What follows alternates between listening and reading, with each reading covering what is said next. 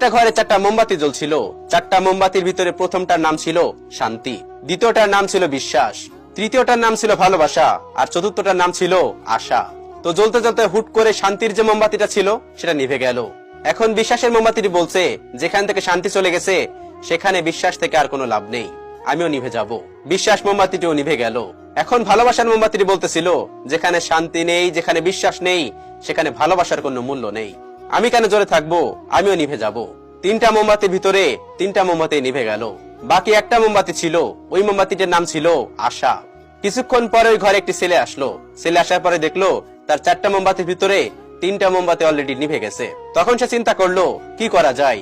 তখন টুপ টুপ করে জ্বলতে থাকা ওই মোমবাতিটি তাকে বলল যে তুমি চাইলে আমাকে দিয়ে এই 3টা মোমবাতিকে আবার জ্বালিয়ে দিতে পারো। আর ওই মোমবাতিটির নাম ছিল আশা।